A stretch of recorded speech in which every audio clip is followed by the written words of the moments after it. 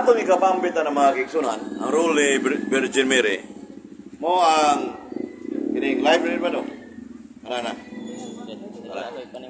Na si Virgin Maria, instrumento sa kalawasan. Kaya matod pa ni St. Alfonso de Liguori, without Mary, there is no salvation. Pero ato na i-qualify explain, abay lang, si Virgin Maria, labaw pa ni Ginoong Jesucristo. Ampot mo sabutan ng mga kiksunan nga si Kristo mo'y tinubdan sa kalawasan. Eh siya tinubdan, si Virgin Maria instrumento sa kalawasan. Muro na o kining buwan ba? Imbisi ni sa Cebu nga kanang tubig.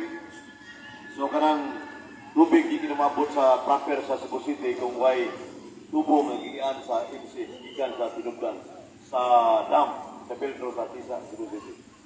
Tumikan sa tubo, iabot ang tubig.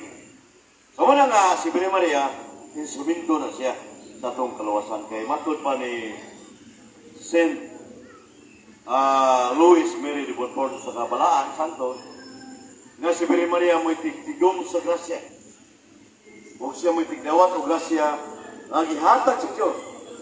Kaya ang Diyos mo'y tinubdan sa grasya. Asa mabasa ng Biblia? 1 Pedro 5 versículo 10.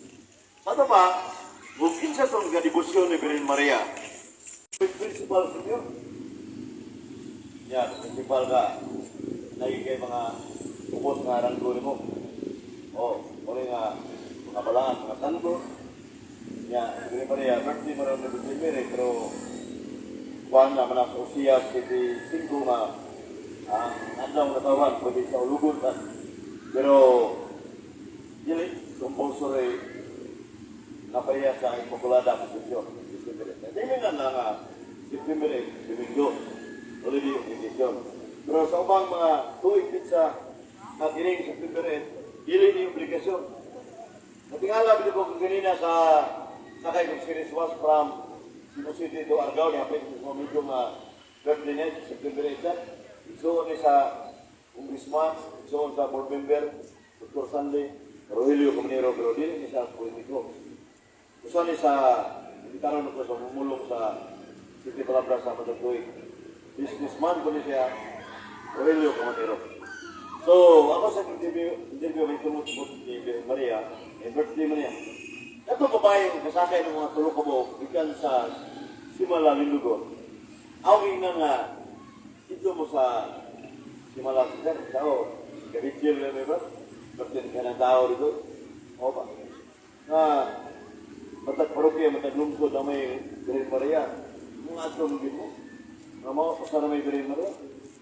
Kanya mo ito nga, mo may debosyon nila. Mga tanong siya. Isa may kamahanan si Virgin Maria o si Bride. So ang tupag niya, parehara. O, sa ito pa, masayok na siya. Wak pa matao si Virgin Maria, si Kristo di anak. Dito.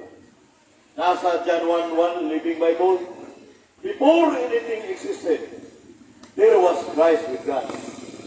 Nato ba si Kristo? Diyan na. Diyan sa Juan 16:5, wa pa ang kalibutan mabuhat. Anong butan? Si Kristo tupad sa mga diyan na. Nato ba si Kristo? Eternal. Existido na. Wa pa matao sa Abraham, ako mauna. Juan 8:18-19. Perting ko na mga gintunan nga kining Jesus Christ yan. Si Virgin Maria, sa pagka-Diyos, unang Yesus Cristo. Pero sa pagkatao, unang si Virgin Maria, inahan man. Yan anak ng Cristo. Isip tao, yan ang si Virgin Maria, wala pa magpagkatao si Cristo. Pero isip Diyos, wala pa si Virgin Maria, yan ang Jesus Christ. Una, pag abot sa usong panahon, igamit sa Diyos naman si Virgin anak. Salah total. January 1, maduruglan. Uwin December 25 na nativity. So tulong kay Pista Iglili, plus mga Domingo, mga Domingo na.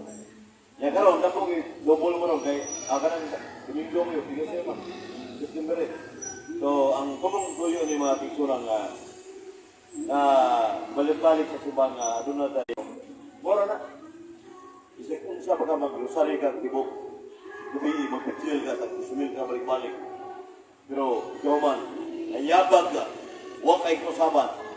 Away nada ang imong debosyon. Mora na sige kalawat. Namay gabong.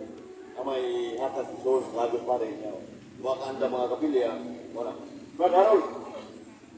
Oh, pwede mo mga tanah mag-sir, masipamit. Pwede mo tanah mo din eh. Huwag yun. Kaya magkamo rin pinag-marep. Saan mo sana yung tabi ka? Kaya lahin ko mo bagusa di magpapangutana ko sa ipang roman. Ako ay sana. Matthew Minsay Esprisi. Isa na sa lusok sa libutan. Iwali ang mayong balik.